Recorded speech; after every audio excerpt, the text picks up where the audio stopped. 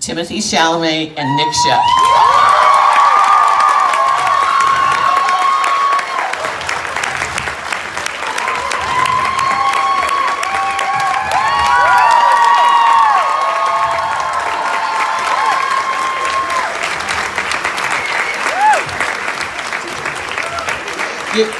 Your mics work.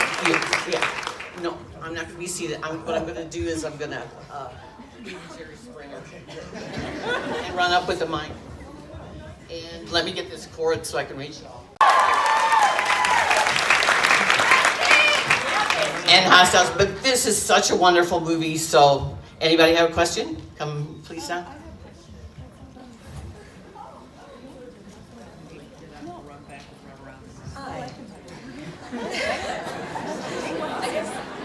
What you were feeling or what you were doing, what was that meeting like? It was really surreal because I had auditioned a number of times for this, and kind of like the projects you were alluding to last year, those were, or I guess Call Me by Your Name was based on a book, but that was fictional. So this felt like a lot more pressure because I just wanted to get, I think with Steve and everyone involved, we wanted to do it justice and do the story justice and your family justice. So there was also like a relief involved in meeting Nick. He's really like exactly as he's described, a beautiful boy by his dad, and I don't know. I just got a sense, not to talk about you weirdly sitting right here, but just got a sense of his humanity and like awesome sense of humor and light and great guy. I honestly, like, I couldn't be happier that we got him to be involved in this project because he's just amazing. So. Thank you. Hi. So first of all, amazing performance. I'm not done crying, but so this is probably the second role recently where you've been under a lot of scrutiny for playing a part that is like very particular in terms of like first playing a gay role and now playing an addict. Is it an anxiety for you to be under that kind of scrutiny, like people who identify a certain way watching you and making sure that you're doing it right, whatever that means? Is that an anxiety for you as you are creating the performance, as you are doing interviews after the fact, or do you just say, well, it's acting, you're supposed to be someone you're not?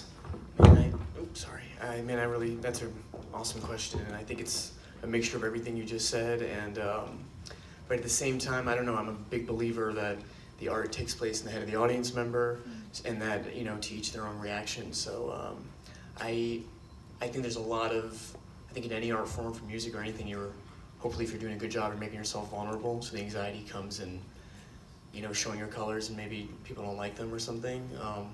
But then, like you said, there's an added layer when it's specific to a story or a book or like to real lives. But I think you just try to do the best job and try to do it as honestly as possible. Is that obviously, like, there is this crisis in this country where literally 200 people a day are dying from drug overdoses, and I've lost so many friends to this disease. It really is something that is affecting everyone in this country, and so the opportunity to be able to talk to people about it and sort of raise awareness and help sort of take away the stigma. I think a lot of people, when they watch the movie, they'll think like, well, why is Nick doing this? Like, they never give an answer. And the thing is, like, there is no why. I mean, it's everything, right? Like, I feel like, addiction it's not a choice. It's a disease. It's a brain disease. And, for me, I'm just that kind of person that once I put a substance into my body, like, I cannot stop. And, that's a really amazing thing about Timothy's performance in the movie is you see how, like, who that character is as a person, like, never goes away. It's always there. Like, even when he's doing these horrible things, like breaking into his parents' house or stealing from his little brother and sister or acting out, like, being so volatile, like, he's still the same person. It's just like he's been hijacked by the drugs and by this disease. And so I think if we can raise awareness to the fact that, addicts aren't bad people, they're just people who are suffering. And, every time... I was just wondering, like, for both of you, since this is such a big problem, like, especially in my generation, like, even I know people that are my age who have problems with addiction. What do you think is something for you two that makes you both not like drug wise, but like feel alive and like to help you know like to stay grounded and not go back, I guess. Well, I like how you said it a lot because it can be very confusing. I feel like in a non-preachy way, just like in my first-person experience myself too, like in school or in college, like these are often avenues now to like being alive, like you said, and we talk about often like wanting to remove this idea of a moral failing with this movie. I know it's ambitious, but to those that see it, you know, and this idea that like drug addicts are fucking up or you know are really making a choice in the wrong direction, but rather, as Nick said, like it's often a place of pain, not to like go party for a week, but rather to like come to terms with that pain and to bring it back to what you're saying. I think conversely, like with people our age, sometimes there's like a glorification of that kind of stuff and that lifestyle, and I'm not trying to be preachy or anything, but No, but it but definitely is. but yeah, so you know, and so and like and so I don't know. I just try, like you said, just try to stay grounded, or even talking here right now, or that we're all like in a room talking about it. I think that's helpful, and I think you probably have much better things to say about it. No, I mean, I just think for me, like, it's, as I've gotten older and stuff, it's just like the little things in life that I've come to really love and appreciate, like, I don't know, yeah, like hanging out with my friends and going to a movie, or, you know, I don't know, have dogs, like walking with my dogs, going surfing, like, you know, I feel like when I was younger, I always felt like I was like missing something, or I wasn't like being a part of things, and I had like a lot of FOMO, I guess, is what young people call it. But no, it's true, like I always felt like there was something better that I wasn't doing, and now like I feel like so just grateful to be able to just like, I don't know, just like go for a walk. Before we came here, we just were like walking, and the leaves are all changing colors and everything, and it's amazing, you know, and that's really like a super gift, I feel like, that I've gotten to feel through this process or something. A little bit of everything, you know, kind of know exactly what your character is going through, and then spending a lot of time in like outpatients and inpatients and going to meetings, and but honestly, in meeting with Nick again, I feel like that we've talked about it a lot, but I feel like the pressure as a young actor, I feel like, was this idea of going into it that it had to be like throwing myself against a wall or something to be good, or you like often see like press stories and movies come out of like how badly an actor hurt themselves or something, and I thought that was like a trap, and in meeting Nick, I was like, okay, great, it just made sense to me all of a sudden, don't play the caricature of a drug addict, like play a human who is addicted to drugs. I mean, honestly, like, that is all him. Like, you know, I mean, we met before the movie and everything, but, and I could visit set, but I don't know, I just feel like, you know, like I said, like, to me, he's so smart, and, you know, he just, I know that, like he said, he just did so much research, and was so committed to doing this in an authentic way and not relying on cliches, and, you know, I think, like, when you see that performance up there, like, you know, of course he's playing a character, but you also just see this, like, sweet, sensitive person, and that's who Timothy is. I think that's what he brings to all his roles, is just, like, who he is as a human being beyond, like, the character that he's playing, and that's what makes us all fall in love with him.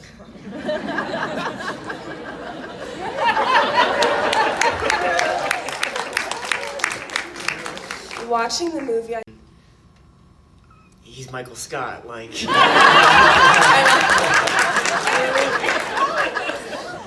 if anything, that was like that was a little bit of not a hurdle, but that's almost like that would almost be strong, but it was like, man, this is so surreal.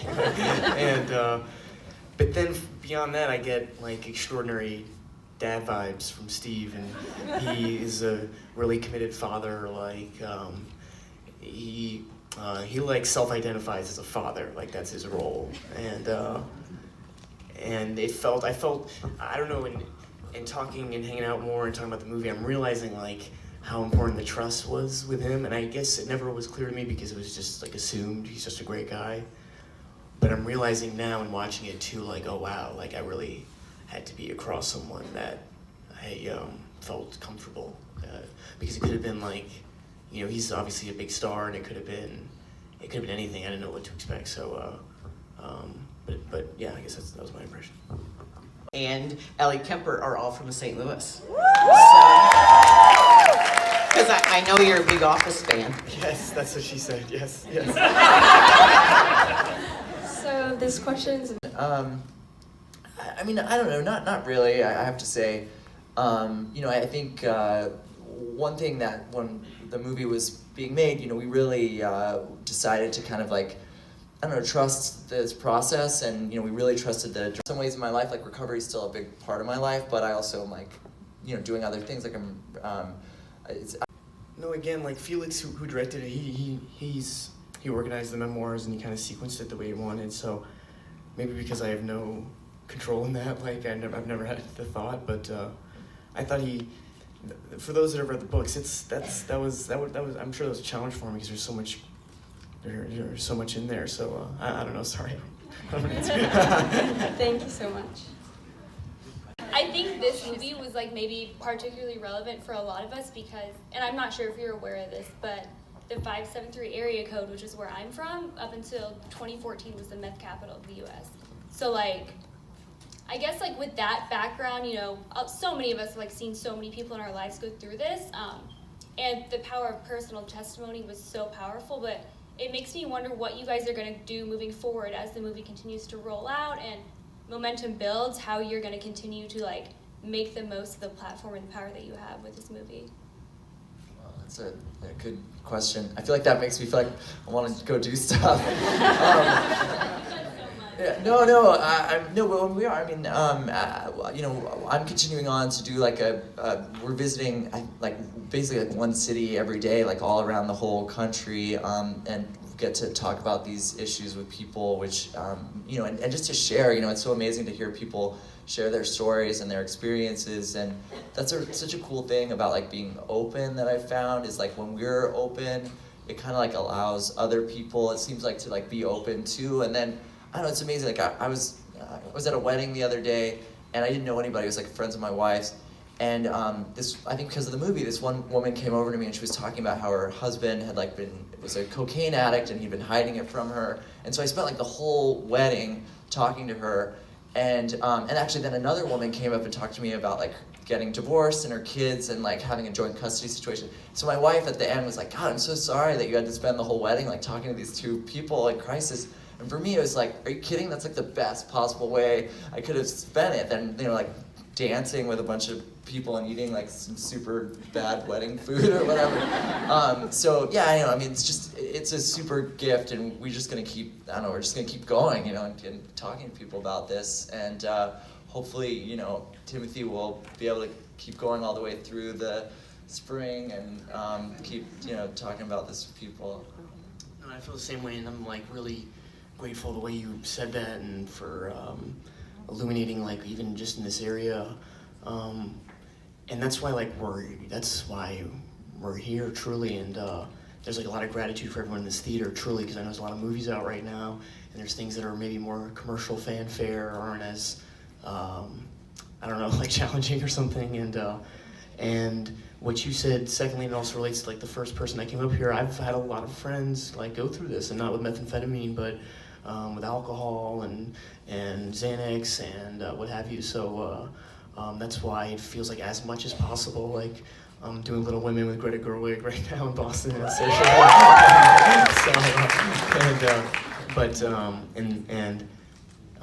Like this isn't a complaint at all. Like we're having a great weekend. Like this is fucking awesome. But like, but this is like anyway, as much as possible, because of the thing I just said. I feel like, there's Netflix now, there's streaming, so the incentive maybe to go to movies isn't as high, and if you do go, you want to see like a bunch of explosions or something, and not like a really intense.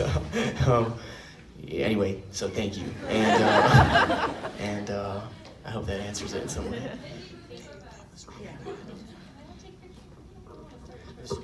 No. more time I spent with the books, the more time I spent going to meetings or centers or recovery, it was exactly what you said. I realized I'd been like sold a cliche or something, or maybe not a cliche, but it was an afterthought, like you put it. And I think the biggest thing for me, again, it like comes back to humanity or something, where you go to these meetings and like, I don't know, you see TV shows where they're presented as bleak or something, or very hokey, and instead people are full of gratitude, like they're saving their lives. It's often not with a month of sobriety or a couple weeks, but years of sobriety, and people are going in to really focus on themselves. And that was like a huge eye-opener for me in that way. And it's interesting because the monologue in AA in the movie is, it isn't like, I don't want to say it's sad or something, but if anything, I watched that and I go, oh man, that was maybe another opportunity where we could have like maybe subverted that and made it not less like heavy or something. Because in my short experience going to these things, like they were much lighter, I felt, and it seemed like people were very joyous to have saved themselves or their loved ones. And then shut the fuck up. But that like it seemed too like. Again, there wasn't a leap to be made, like you said. It would maybe feel hokey or something to be like, whoa, I'm in a meeting now. And when people do this in real life, like they're in meeting mode. When in reality, it's like, you know, one of my favorite things I heard in a meeting is like, your life is what happens in between meetings. And like, this is like your base, your safe zone or something. So people go in there and anyway, so that's really awesome to hear, because that's, I think, one of the hopes going into it. It's one of the things about Beautiful Boy, from the book, and Tweak, is it, again, almost maybe in a complex or scary way, you go, oh wow, like this is a very human disease. It's comforting to think addiction has a face and it couldn't affect your family or what have you, but yeah.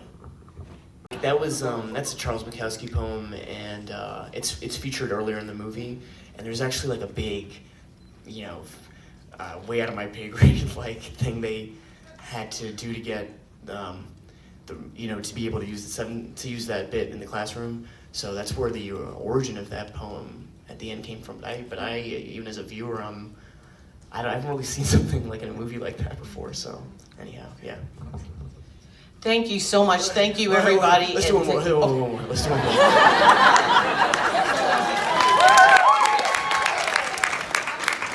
Thank you so much. Hi, Timmy. Hi, Nick. Okay, so it's kind of for Timmy, I guess. How did you get coached on how to act during the scenes when Nick was high? Did Nick help in describing the lifestyle and how to like portray the high? Like, how did you learn how to capture the mannerisms of like actually being high? I think just research and there's a lot of stuff online and many a video, and I don't know. I don't think we specifically talked about that too much, but yeah, just try to research it and like the internet is an endless place, so that's basically it. They have to get to Minnesota this afternoon, so thank you all so much, and thank you so much.